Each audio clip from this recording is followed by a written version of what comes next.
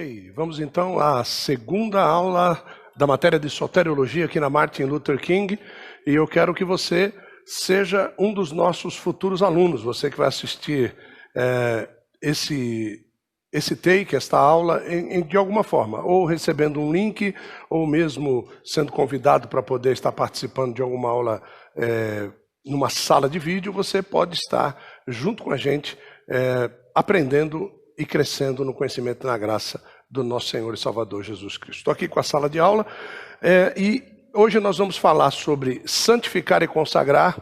Eu quero trazer essa grande diferença para vocês e eu quero mostrar isso biblicamente em soteriologia dentro da salvação. Qual é a importância de tudo isso? Qual é a importância do santificar e do consagrar? Vamos lá? Vamos ver então aqui primeiro, aqui do meu lado esquerdo. O que será que Deus quer de nós? Essa é uma pergunta que todos fazem a cada instante, a cada momento, quando fala-se a respeito de chamado, a respeito de salvação, a respeito das dúvidas espirituais que nós temos. O que será que Deus quer? Será que Ele pediria algo para mim, para você que está assistindo a gente, que nós não conseguíssemos cumprir? Será que Deus iria pedir alguma coisa na palavra dele? Olha, faça isso aí para mim. Como ele disse para Abraão, por exemplo. Eu quero que você sacrifique o teu filho para mim. Olha só, eu quero que você sacrifique o teu filho para mim. Isso Deus pediu para Abraão. Agora, de uma outra proposta, nós temos um homem que ofereceu alguma coisa para Deus, sem ter necessidade nenhuma de oferecer, porque Deus não tinha pedido. Então presta atenção nisso. Deus não tinha pedido, certo? Deus não o havia de forma nenhuma constrangido, e Deus já tinha dito para ele, Deus já tinha falado com esse homem, que Deus iria dar vitória numa determinada batalha. Então Deus fez tudo. Aí esse servo de Deus vai lá e diz assim: se o Senhor for comigo mesmo da batalha, ou seja, ele precisava dizer isso? Não. Certo? Quando eu retornar vitorioso da batalha, a primeira coisa que sair da porta da minha casa, eu entregarei em sacrifício ao Senhor. Segundo a Bíblia, quem é que saiu? A própria filha dele. Nós estamos falando de quem? Como é que era o nome dele? Como? Jefté, não? Então, veja bem que os opostos, eles não podem ser reais. Se você oferece alguma coisa para Deus, você acha que Deus não vai cobrar de vocês? Sim ou não? Da mesma forma que se Ele prometeu alguma coisa para você, Ele mesmo, na palavra dele, diz assim: faça a prova de mim nisso aí que eu estou dizendo para você que eu vou te dar. Então você precisa ter esse senso espiritual para analisar isso. Eu vou colocar um texto aqui para vocês, que já está lá na TV, e você pode analisar bem o que Deus está dizendo aí. Tá? E a pergunta em cima é: o que será que Deus quer de nós? E a segunda pergunta é: será que Ele pediria alguma coisa para a gente que a gente não possa fazer? Então, olha só, presta atenção. 1 Coríntios capítulo 1, verso número 1 diz assim: Paulo, convocado para ser apóstolo de Jesus Cristo, pela vontade de Deus, e o irmão Sóstenes, à igreja de Deus que está em Corinto, aos santificados em Cristo Jesus e convocados para serem santos, juntamente com todos os que em toda parte invocam o nome do nosso Senhor Jesus Cristo, Senhor deles e Senhor nosso. Graça e paz a vós outros, da parte de Deus nosso Pai e do Senhor Jesus Cristo. Inicialmente parece uma leitura sem muita importância, mas presta bem atenção no que está escrito aqui. Primeira coisa, Paulo. O que Paulo foi? Não, convocado. Certo? Convocado. Quando Deus convoca, acabou. Certo? Ótimo. Convocado para ser o quê? Apóstolo. Ele foi apóstolo? Sim ou não? Sim. Ele obedeceu o chamado? Sim, ótimo. Ele foi convocado por Jesus Cristo, mas a vontade de que ele fosse apóstolo era de quem? De Deus. Então não era vontade de quem? De Jesus. Porque a primeira coisa que Jesus perguntou para Paulo foi o quê? Por que você está me perseguindo? É a primeira coisa que Jesus perguntou para ele. Aí você já vê como é que Jesus encontrou com Paulo. Mas a vontade de Deus prevaleceu mais uma vez, como soberana, sobre a vida de quem? De Cristo. Certo?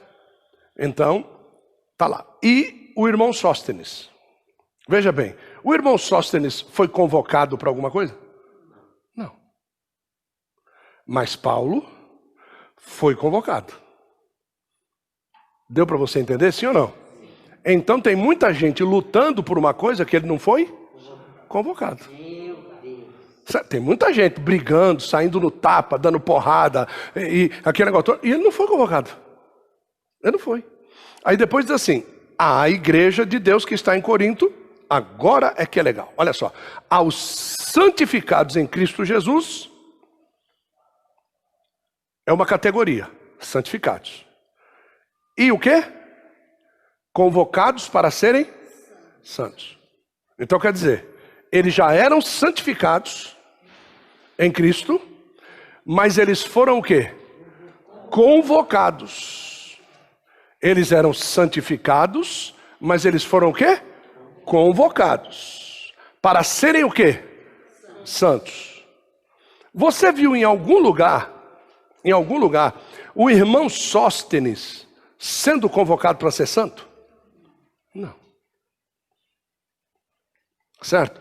Juntamente com todos os que, em toda parte, invocam o nome do Senhor Jesus Cristo. Ou seja, então aqui eu já estou vendo o irmão Sóstenes, o apóstolo Paulo, eu estou vendo aqui algumas pessoas que foram santificados em Cristo, que são todos, vocês vão entender a respeito dessa santificação, mas eu estou vendo outros aqui que foram convocados para ser o quê?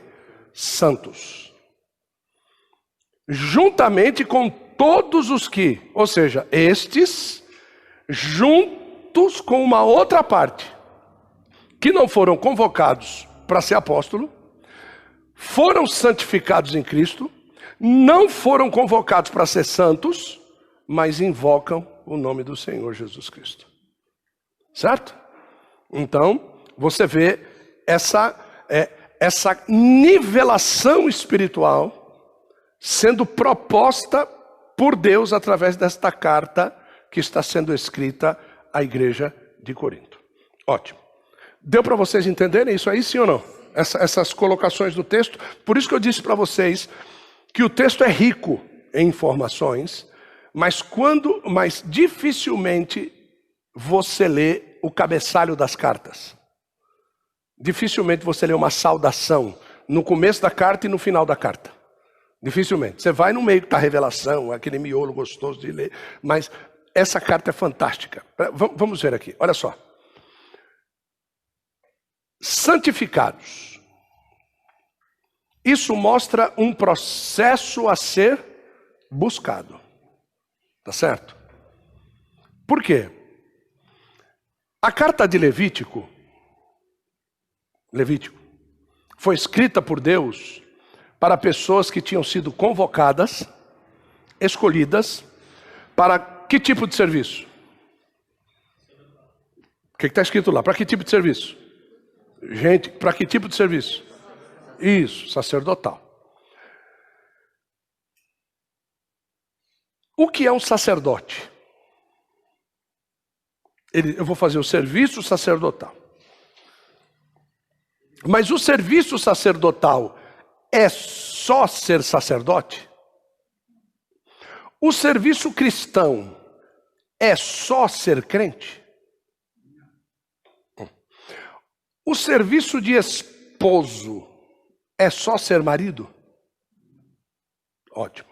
Então, eu espero que cada um de vocês comece a abrir a sua visão quando se fala a respeito de serviço.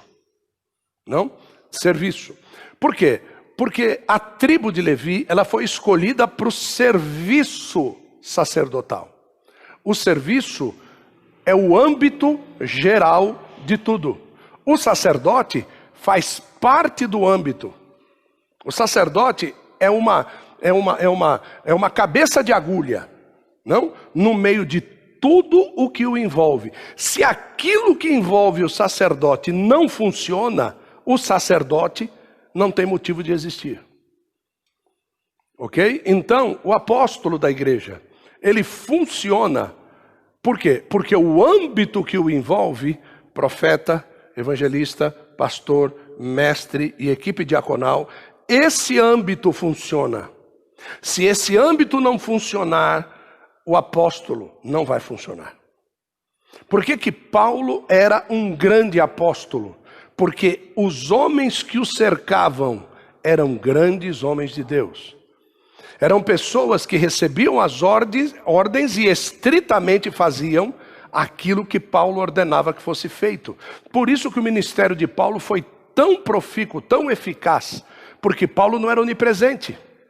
Não, Paulo não era onipresente. Então você vê Paulo escrevendo as cartas, agradecendo aquilo que as igrejas estão fazendo, mas quem foi que ensinou a igreja a fazer? Foi ele. Agora, se ele está distante, ele ensinou a fazer e a igreja está fazendo, então não é só Paulo. Existe todo um contexto ao redor que está fazendo o ministério de Paulo ser um ministério eficaz. Deu para vocês entenderem, sim ou não? Amém? Então, olha só. Sacerdote é um mediador entre Deus e os homens. Então, sacerdote é um mediador entre Deus e os homens. Vocês podem repetir isso comigo, sim ou não? Porque às vezes o pessoal pensa que eu estou sozinho aqui, né? Que eu estou falando aqui, né? E fica alguém na sonoplastia batendo palma. Não. Então, repete comigo, diga: sacerdote é mediador entre o quê? Entre Deus e os homens, tá? Agora vocês que são maridos, já pensaram que vocês são sacerdotes da casa de vocês?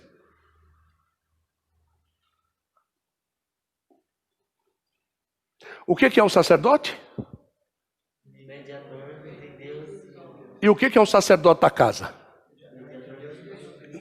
É o mediador entre Deus e a? Vocês já pensaram nisso? É. Certo?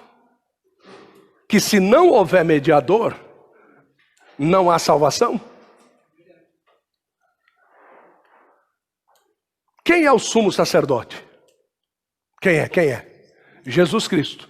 Jesus Cristo, como sumo sacerdote, fez o trabalho correto e nos deu o quê? Salvação. Se o sacerdote da casa não fizer o serviço completo, o que vai acontecer com a casa? Não tem salvação. Certo? Deu para vocês entenderem? Sim ou não? Tá? Sim ou não, gente? Sim. Vocês ficaram muito tristes? Tem gente aí que está pedindo, preciso de salvação.